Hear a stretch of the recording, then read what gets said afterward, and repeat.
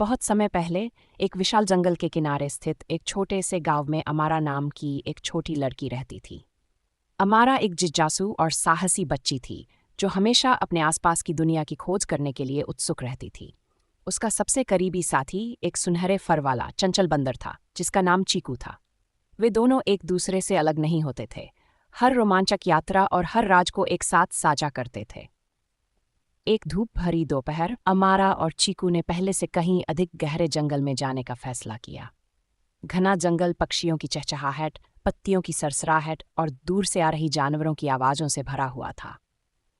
दोनों दोस्त घने झाड़ियों के बीच से होकर गुजरते, ऊंचे ऊंचे पेड़ों और चमकदार फूलों को देखकर अचंभित होते हुए आगे बढ़े।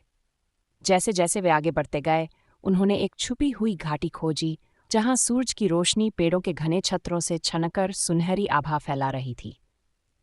उस घाटी के केंद्र में एक विशाल प्राचीन वृक्ष खड़ा था जिसकी जड़ें घुमावदार थीं और तना एक घर जितना चौड़ा था। अमारा और चीकू उस वृक्ष की ओर आकर्षित हुए जैसे उस जगह में कोई जादू था। जैसे ही वे वृक्ष के पास पहुंचे, उन्होंने देखा कि उसकी जड़ों के बीच में एक छोटा चमचमाता तालाब बसा हुआ था। पानी बिल्कुल साफ था, जो छिटपुट धूप को आईने की तरह प्रतिबिंबित कर रहा था। अमारा तालाब के किनारे झुक गई, उसकी आंखें आश्चर्य से फैल गईं जब उसने तालाब में छोटी चमकती हुई मछलियां तैरती हुई देखीं। चीकू उत्तेजित होकर अमारा के कंधे पर उछलने लगा। अचानक उनके नीचे की जमीन कांपने लगी और प्राचीन वृक्ष की शाखाएं एक अदृश्य हवा से हिलने लगीं। अमारा और चीकू हक्का बक्का रह गए जब वृक्ष ने एक गहरी गूंजती हुई आवाज में बोलना शुरू किया। उसने उन्हें बताया कि उन्होंने जंगल का हृदय खोज लिया है, एक ऐसी जगह जहां सभी जीवित प्राणियों का आपस में संबंध है और उन्हें इसे संरक्षित करने के लिए चुना गया है।